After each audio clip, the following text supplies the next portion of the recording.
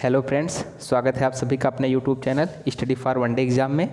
हम लोग सॉल्व कर रहे हैं यूपी ट्रिपल एससी की सीरीज़, और उस सीरीज़ में हम लोग सॉल्व कर रहे हैं अब तक जितनी भी परीक्षाएं हुई हैं, चाहे वह वीडियो हो, लेखपाल हो या अन्य कोई परीक्षा, और उसमें पूछे गए प्रश्न और उन प्रश्नों की सीरीज़ को हम लोग सॉल्व कर रहे हैं, और वह भी विषयवार सीरीज। तो इससे पहले हमने भूगोल और इतिहास की जो सीरीज़ है उसको सॉल्व कर लिया है, यानी कि उसमें से जितने भी प्रश्न पूछे गए हैं संभवतः जो है सभी प्रश्नों को कवर करने के लिए हम उसमें पूरा प्रयास किए हैं। अगर आप लोगों ने अभी तक पिछली वीडियोस को नहीं देखा है तो प्लीज़ ज़रूर जाकर देखें। तो आइए शुरू करते हैं बिना किसी देरी के। सबसे पहले आज के प्रश्न से। आज का हमारा सबसे पहला प्रश्न है भारत के संविधान में निम्न में से किसके विरुद्ध अभियोग चलाने का प्रावधान नहीं है। ऑप्शन है आपके राष्ट्रपति, भारत के राज्यपाल राज्य के राज्यपाल, भारत के मुख्य न्यायाधीश के, या भारत के उपराष्ट्रपति के। तो आप लोगों को थोड़ी सी जानकारी ज़रूर होना चाहिए कि भारत के संविधान में जो है राज्य के राज्यपाल के विरुद्ध अभियोग चलाने का कोई प्रावधान नहीं है। मीन्स अगर हम इसमें सही आंसर की बात करें तो इस प्रश्न के हिसाब से हो जाएगा बी, कि राज्यपाल के विरुद्ध अभियोग नहीं चलाया जा सकता है। किंतु जो है अगर अन्य बात की जाए तो भारत के संविधान के अनुच्छेद 61 के तहत जो कहा गया है, तो प्रेसिडेंट यानी राष्ट्रपति के खिलाफ जो है आप अभियोग चला सकते हैं। ठीक, महाभियोग की प्रक्रिया राष्ट्रपति के खिलाफ अनुच्छेद 21 के तहत चलाई जा सकती है, और अनुच्छेद 67 खा के तहत जो है भारत के उपराष्ट्रपति के ऊपर चलाया जा सकता है अभियोग प्रक्रिया। और बात की जाए अगर भारत के मुख्य न्यायाधीश के ऊपर, तो अनुच्छेद 124 के अंतर्गत जो है अनुच्छेद 124 के भाग 4 के अंतर्गत भारत के मुख्य न्यायाधीश के ऊपर भी जो है अभियोग प्रक्रिया चलाने का प्रावधान है, किंतु जो है राज्यपाल के ऊपर चलाने का प्रावधान नहीं है। तो इस हिसाब से हो जाएगा प्रश्न का आंसर बी। हम लोग इस तरीके से सॉल्व कर रहे हैं कि आप एक प्रश्न देखने के लिए तो एक प्रश्न सॉल्व कर रहे हैं, लेकिन उसमें कम से कम आपको जो है 4 से 5 जानकारियाँ अदर ज़रूर प्रोवाइड की जाएँ। तो देखते हैं अगला प्रश्न। अगला प्रश्न है उत्तर प्रदेश के उच्च न्यायालय मुख्य न्यायाधीश की नियुक्ति कौन करता है। ऑप्शन है आपके प्रधानमंत्री, भारत का राष्ट्रपति, सर्वोच्च न्यायालय का मुख्य न्यायाधीश, या राज्यपाल। तो आपकी जानकारी के लिए बता दें हम आपको कि चाहे उत्तर प्रदेश हो या अन्य कोई राज्य, किसी भी राज्य के जो है मुख्य न्यायाधीश की नियुक्ति का जो मतलब नियुक्ति की जो बात है वो जो है भारत का राष्ट्रपति ही उसकी नियुक्ति करता है। ठीक, और वह भी किसके जो है राज्यपाल के परामर्श पर। ठीक है, राज्यपाल के परामर्श पर। ठीक, तो देखते हैं अगला प्रश्न। अगला प्रश्न है हमारा भारतीय संविधान के लिखित में से किस अनुच्छेद के अंतर्गत विधानसभा को विभाजित करने का प्रस्ताव पास करने की इजाज़त मिलती है। तो यहाँ पर एक मिस्टेक हुआ है, भारत के संविधान के निम्नलिखित यहाँ पर होना चाहिए था, तो इसीलिए यहाँ पर दिक्कत हो रही थी।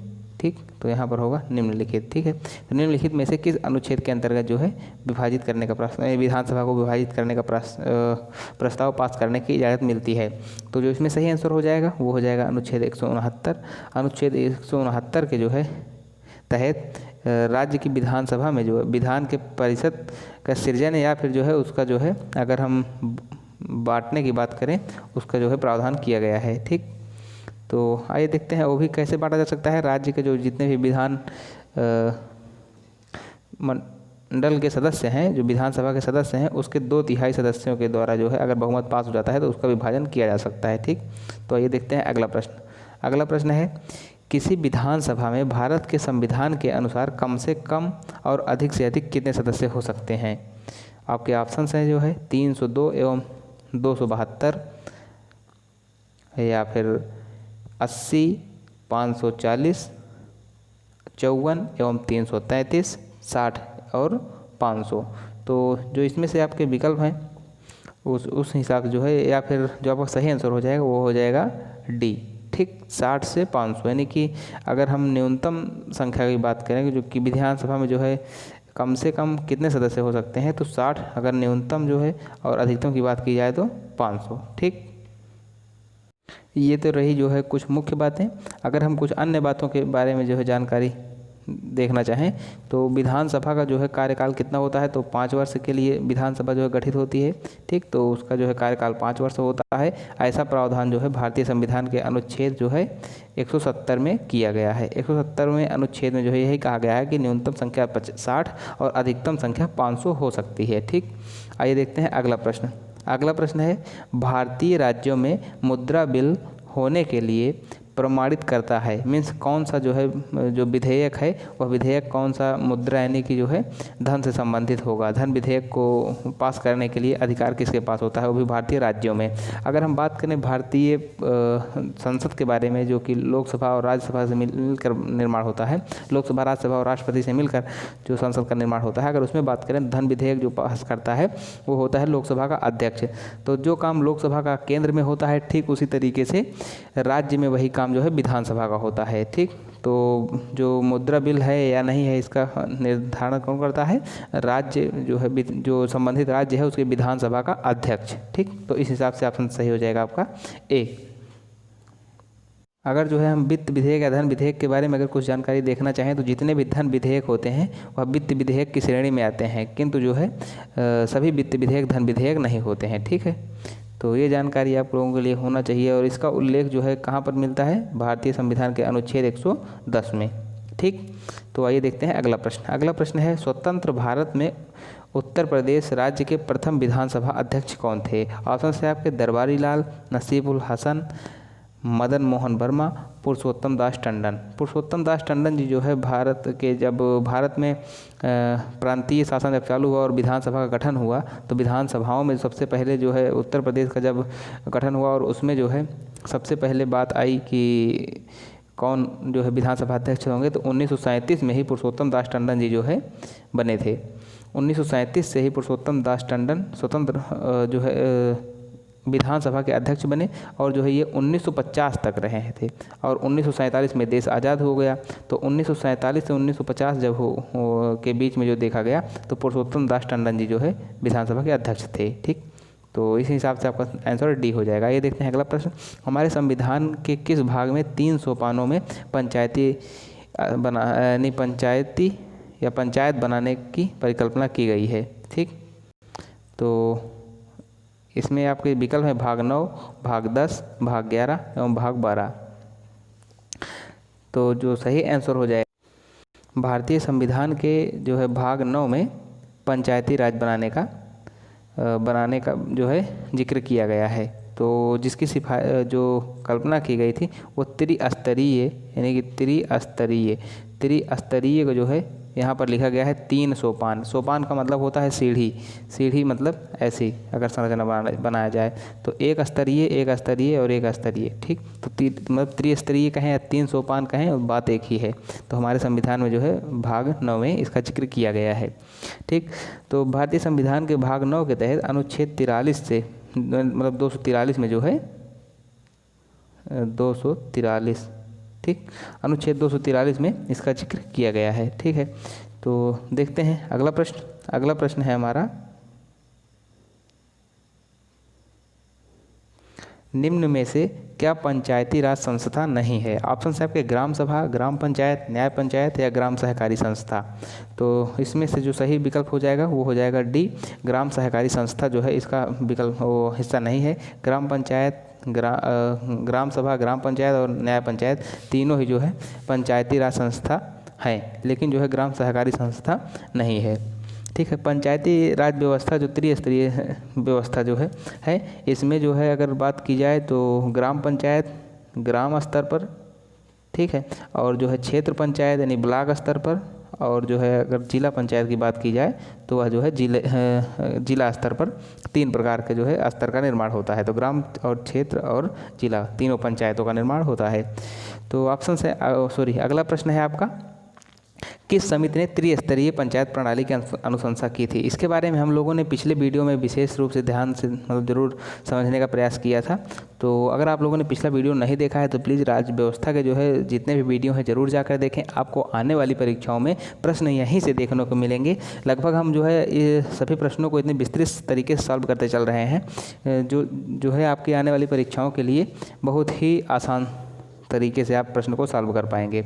ऑप्शन है आपके जो है अशोक मेहता और LM सिंघवी, दिनेश गोस्वामी, बलवंत राय मेहता। तो त्रिस्तरीय पंचायत प्रणाली की अनुशंसा करने वाले जो व्यक्ति थे वो थे माननीय जो है यानी श्री बलवंत राय मेहता जी। बलवंत राय मेहता जिसके मतलब अध्यक्ष जिन्होंने जो है अध्यक्षता की बलवंत राय मेहता समिति की, और उन्हीं की समिति ने निर्णय दिया कि नहीं जो है भारत में त्रिस्तरीय पंचायत प्रणाली होनी चाहिए, और जिसको लागू करने का सबसे पहला जो श्रेय जाता है वो हो जाता है राजस्थान के नागौर जिले को, राजस्थान के नागौर जिले को।